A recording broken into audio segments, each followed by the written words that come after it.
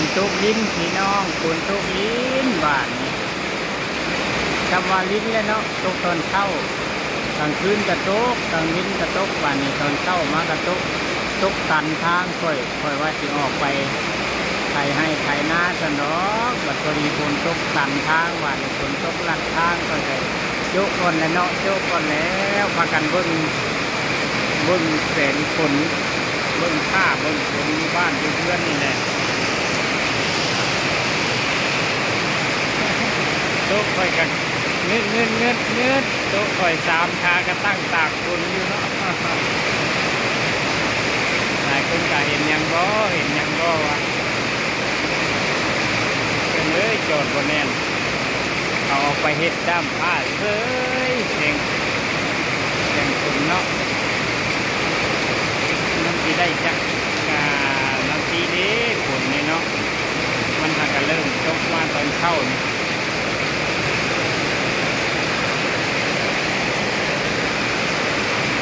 ฝนมันฟ้า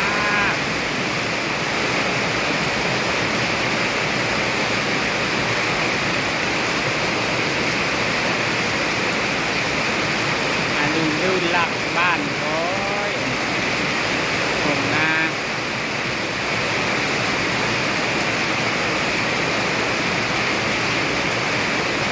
แคมตรงหน้าคือเก่าพี่น้องสบายดีทุกคนเลยชาวนาสบายดีแล้วเนาะเย็นสบายแล้วชาวนา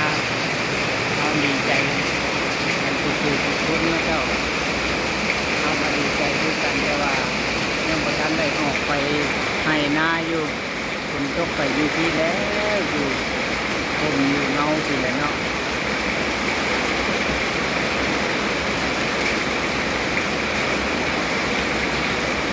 บรรยากาศดี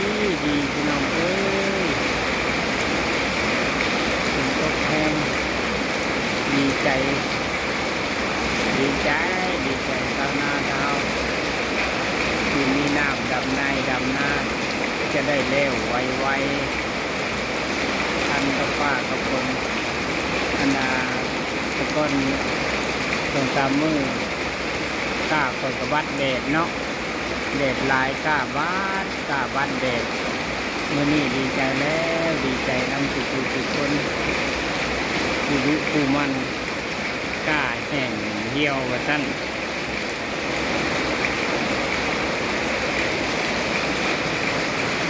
น้ำในบึงในนองขึ้นมาแล้วบัดเอาใส่ก็ได้เนาะฝนขึ้นมาตกลงมาห่อยามมาแล้วเนาะ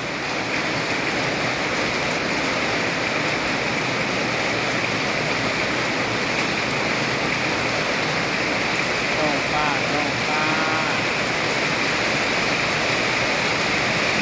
มาอีกขยัน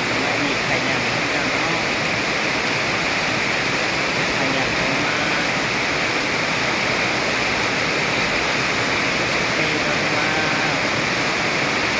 ไม่ได้ยินทอดเสียงบ่เนาะฝนตกแห้งเนาะได้ยินแต่เสียงคาดไปเองก็ไม่ได้ยินเสียงตัวเองปานนี้เนาะ